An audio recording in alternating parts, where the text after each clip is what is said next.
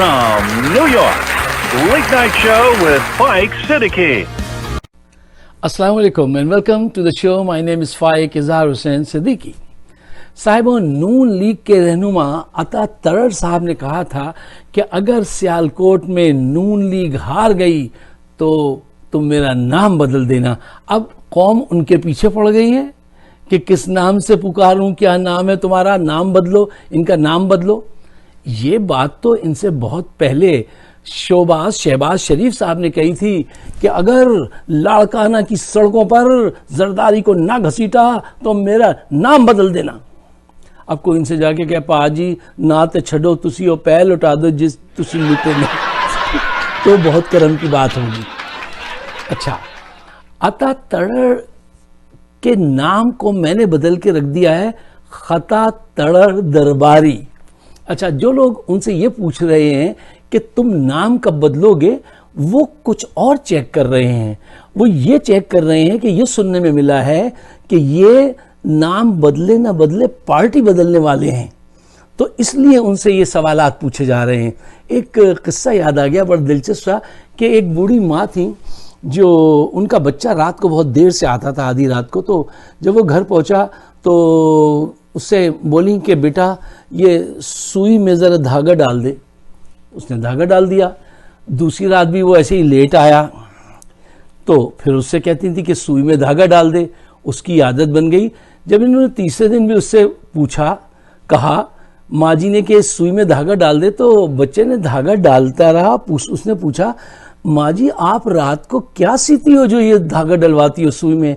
तो माँ बोली पुत्र सिंधी ते कुछ नहीं, बस ये चेक कर दिया तू नशाते नहीं करता ये चेक करती है। तो सवाल कुछ और है, चेक कुछ और हो रहा है। अच्छा, अब बहुत संजीदगी से एक बात की तरफ आइए।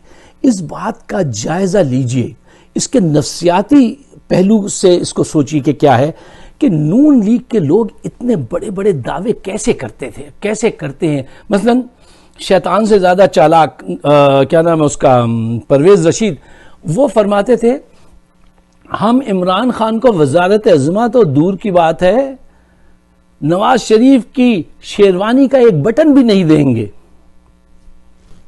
राजा रेंडल का भाई कहता था कि अगर वजीर आजम बन जाए इमरान खान तो मैं अपने आप को गोली मार लूंगा।